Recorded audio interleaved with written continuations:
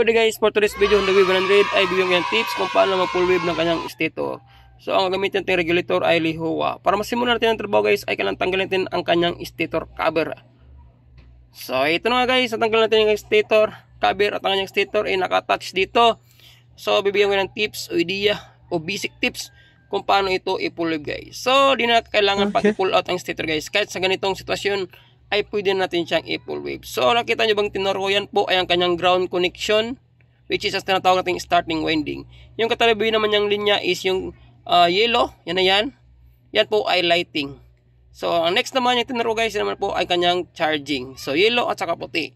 Pero ang ating tatanggalin nito guys ay dalawa lang no, para magiging full wave natin siya. Since hindi pa siya naka full wave, siya po ay naka line to ground connection. Ibig sabihin naka-connect pa siya sa linya at nagtatapos sa na-connect pa siya sa ground at nagtatapos sa linya. Kaya tinatawag na siyang ground to line connection. Kaya siya nagiging half wave. Meron siyang lighting, meron din siyang charging. Para malaman natin guys na naka-ground connection siya, ilagay natin ating test rod sa ground na starting winding at isa naman sa ground mismo. So ibig sabihin may continuity o ground connection ang ating starting winding. So yun guys, now next naman ay itatap naman natin ang ating test rod sa ating kulay puti na wire. At sa ang isa namang test rod natin is sa kulay yellow. So yan, makatabi lang sila guys yung dalawang wire na yan. So mayroong continuity yan normally kasi sila po ay naka-winding. So normal may reading yung starting, tapos yung kulay puti mayroon din siyang reading guys. So yung nilagay natin na dalawang test rod. So ibig sabihin ang ating stator coil ay stuck pa at naka half wave connection pa siya. Kapag half wave, natin sa dalawang division ng ating stator coil. Ang unang wave is yung charging, lighting, at ang second wave ay ang ating charging. Kaya merong i-separate yung lighting at saka charging. Kung may problema sa charging, automatic magdidrain ating baterya. Kung meron mang problema sa lighting, automatic pumuputok ating bulb o nagkaroon siya ng grounded. Dito naman tayo sa kanyang socket. Sa kanyang socket, meron kayong makitang dalawang wire no, yellow at saka puti. At saka pulser, at saka yung kulay red black yun naman kanyang primary coil. Pero i-test natin yung kulay yellow at saka puti. Normally mayroon siyang continuity guys kasi nga nakakonect ang dalawang winding na yan. Yung tinatawag natin charging at saka lighting. Pero kapag wala ng connection na ground, sila na lang ang may connection guys. Tapos yung rod na nilalagyan natin sa ground is zero na siya continuity. Since normally mayroon silang connection kasi nga mayroon silang winding yung lighting at saka charging, mayroong continuity ang dalawang yan. So yan na lang po ang magiging mayroong connection kapag naka-full wave na ang ating stator. Pag nilagay natin sa ground, wala na siyang connection. Tulad nito guys, mayroon pa yung connection, di ba? Kasi naka-ground connected pa yan. Yun, di ba? Gumagalaw ang ating multi-tester, ang hulugan na siya na naka-half wave pa ang ating stator coil. Ganun lang po ang pag-identify ng half wave stator coil kapag wala kayong idea. Kung first timer nyo lang nag-DIY, nagbala kayong mag-DIY, kung ito ba naka-half wave o full wave. Kapag may ground connection yung yellow o sa puti, tapos may continuity ang ating tester, matik, half wave pa ang ating stator. Para mas kataparan natin ang pagiging full wave ng ating stator, ito lang pinakadali nyo gawin guys. Kita nyo ba yung tinuro ko? So yan po ay ground connection o tinatawag nating starting winding. So since naka-ground connection pa siya, puputulin natin yan guys at i-connect natin sa kabilang banda, yung kulay yellow na wire na yan. Yung kulay yellow na wire na yan, puputulin din natin yan. Yung wire na yan, yung yellow at saka yung ground, silang dalawang i-connect natin para magiging starting winding yung kulay yellow at ang magiging running winding is yung kulay puti. So matatal, nagiging full wave na siya guys. Wala na siyang ground connection. So next, putulin natin yung magnetic wire na sinasabi ko guys na connect sa ground. Ingatan nyo lang na hindi madali yung kanyang magnetic wire na winding para hindi masira o matamaan guys sa ating cutter. Huwag lang kayong magwadali. Importante, sure na maputol nyo ng tama ang starting winding. So yan, naputol na natin siya guys, yun, no? Nahiwalay na natin siya sa kanyang pagkakahinang, sa kanyang terminal.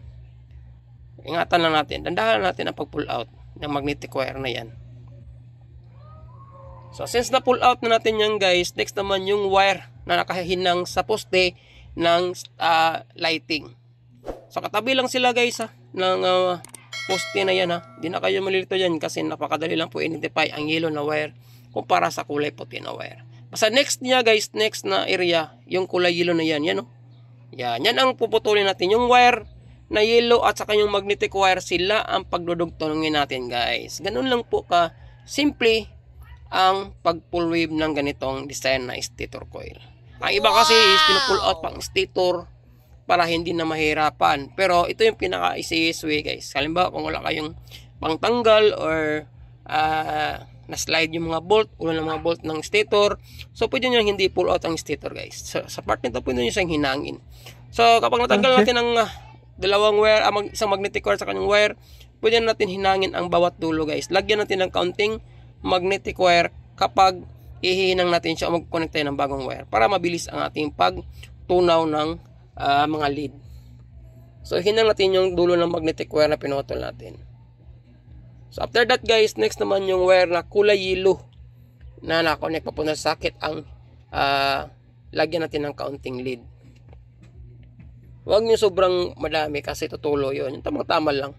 Tapos dapat mainit ang inyong soldering. Since na hinang na natin guys ang dalawang linya, yung magnetic wire at saka yung yellow na wire, ay pwede natin kukuha ng maikling wire guys para i-connect na natin siya. So maghinang din tayo sa dulo ng ating wire guys para pa maganda yung kapit niya talaga, no. May mga lead sila both ends. So ito na, maghihinang na natin yung magnetic wire. Dapat guys kapag napilyo na medyo dumikit ng dalawa, hilahin yung wire na yan tulad yan guys. Kasi may hilaw na pagkahinang, meron ding tama lang. So kapag hindi nabunot yung wire o hindi naputol, ibig sabihin kumakapit na siya. Pwede natin siyang lagyan ng shrinkable hose. Yan na po ang gamiting insulator natin sa ating pagka-connect sa magnetic wire at saka sa wire. So sunugin natin gamit ang lighter para kakapit yung shrinkable hose.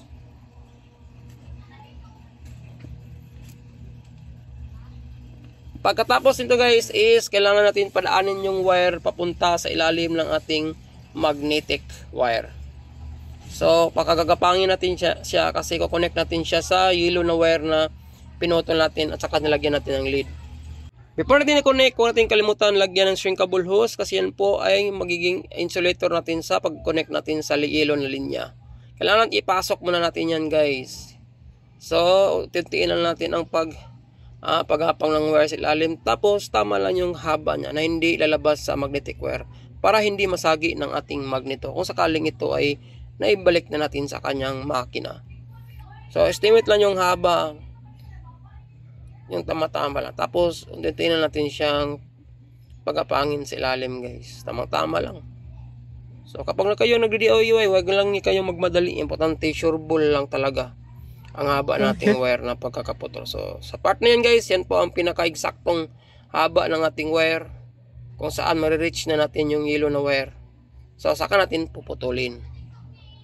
Yun. Siyempre, pagkatapos putol, balatan, tapos maghihinang naman tayo sa dulo niyan guys. Maglalagay tayo ng counting magnetic wire.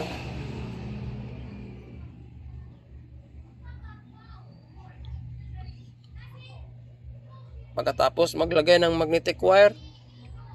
Yung tama-tama lang paglagay ng magnetic wire guys. Masyadong marami. Kasi useless yan. Tutulo yan kapag sobrang marami. So yun. Ganoon lang. Tipid-tipid. Tamang lead lang. Huwag sobrang ano. So ang shrinkable hose, ibalik natin. Tapos ihinang natin o i-connect natin sa yellow na wire na pinutol natin. So medyo hindi na kita na camera. So yun, kuha natin guys. So tapos kapag nahinang na natin, hilahilain natin ha. Hilahilain para kung sakaling yung lead natin baka hindi masyadong nakadikit. Tendency na mapuputol siya guys kapag hilaw ang ating pagkahina. Pag sure na hindi na siya napuputol, kapag hinila natin, ilagay na natin ating shrinkable hose na pinasok. Sabay sunugin gamit ang lighter. So ito na guys, pagapangin na natin siya sa ilalim. So dapat guys, hindi siya makalabas para in case mag-iikot na ang magneto ay hindi siya masasagi at mamuputol. Baka biglang mag-drain ang ating battery. So ito lang ang tamang area. So ito na guys. Ganun lang po ang pinaka-simpleng paraan kung paano natin mag-full wave ang stator coil ng Honda Wave 100. Kapareha lang po ito sa pamamaraan sa XRM na 110 at ibang China na motor na naka-half wave pa. Lahat po ng mga China na motor na half wave, ganyan to lang po ang estilo ng pag-convert ng full wave natin guys. So ngayon, iti-test na natin gamit ang multi-tester. Dapat wala ng ground connection ating stator coil. So ito-try natin iti-tester itong kulay puti na terminal. So saan banda? So kahit saan banda guys, basta ilagay nyo ang isang test rod sa terminal tapos sa ground. So wala na siyang reading. Ibig sabihin, wala nang ground connection ang ating stator coil sa ating magnetic wire. So, naka-full wave na po siya, guys. Ang ating starting winding is nagsimula sa yellow na wire. Ang ating running winding ay nagsimula sa kulay puti na wire. Full wave na po ang stator coil. Wala na siyang ground connection. Yan lang po ang batayan natin kapag ang ating stator coil ay naka-full wave na. Wala na siyang ground connection. You know? Tapos dito naman sa yellow at saka puti sa sakit, normally sila po ang may connection, guys. Kasi sila naman po ang starting winding at running winding talaga from the start. So ayun, meron siyang continuity, gumalaw ating multi-tester. Normally, sila ay may connection. Pero kapag nilagay natin ang ating isang test rod sa body ground, tapos yung isa naman sa wire sa sakit, wala talaga yung reading, guys. Kasi wala na siyang ground connection. So ito lang dalawa talaga ang may connection. So matotal, ang ating stator ay naka full wave charging na. So buo na po ang kanyang charging na ibabato sa ating regulator. Need din natin mag-convert ng malaking regulator, guys. Kasi dapat mag-match sila para hindi masisira yung stock na regulator na ating Honda Wave. Kailangan natin magpalit ng malaking regulator. Marami po ang mga brand na maganda, Skygo, Lihua, TTGR. Basta importante is 5 pins na wire. So yun lang, guys, no? Sana sa video kong ito, kahit medyo may kataasan ng kaunti, ang importante is na step by step nyo magpanood kung paano natin i-convert ng full wave ang ating stator coil at kung paano natin kinonvert ito at kung paano natin from the start na tinuro ko sa inyo kung paano mag-cut ng wire at saka mag-connect ng wire. Yan. Shout out kay Bossing, maraming salamat, boss, sa tiwala at ikakabit na natin to sa kanyang motor. Few moments later. So ito na nga, guys, na-convert natin siya ng 5 wires na wire na regulator. At syempre, para sa pinali, kailangan natin paandarin ang kanyang motor para matest natin ang kanyang final voltage. Let's go!